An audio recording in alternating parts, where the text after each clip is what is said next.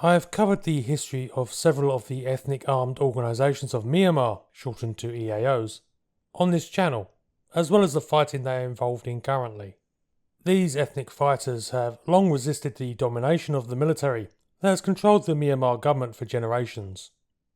But now a new force is mobilising that holds the seeds, perhaps, of greater understanding and cooperation between the various ethnicities in Burma.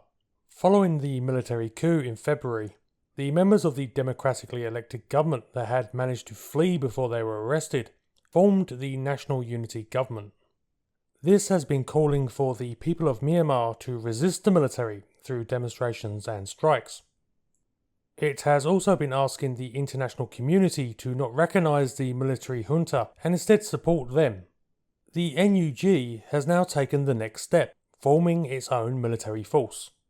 This is in response to the brutal actions of the Myanmar military, the Tatmadaw, and the paramilitary police in putting down the demonstrations that have been taking place regularly across the country.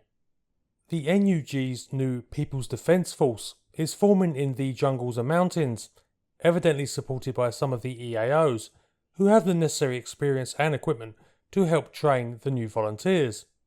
What is of particular interest is the terminology that the NUG is using as regards to the PDF, describing it as the first step towards the formation of a federal army.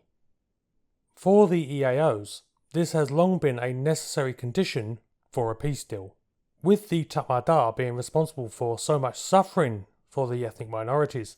The possibility of surrendering their arms to the central military was always a major sticking point in talks. The founding of a federal military, with ethnic minorities retaining their weapons under a broader umbrella, is considered an absolute prerequisite for several of the EAOs. So, with the NUG stating that the PDF is intended to be the first step in that direction, assumably replacing the Tatmadaw, this represents a major potential milestone between the displaced government and the ethnic minorities. Of course, unless the Tatmadaw can either be defeated or else deliberately concede power, it is for naught. But it is possible that this marks a substantial step in healing the deep divides in Myanmar society that have cursed the country for more than 70 years.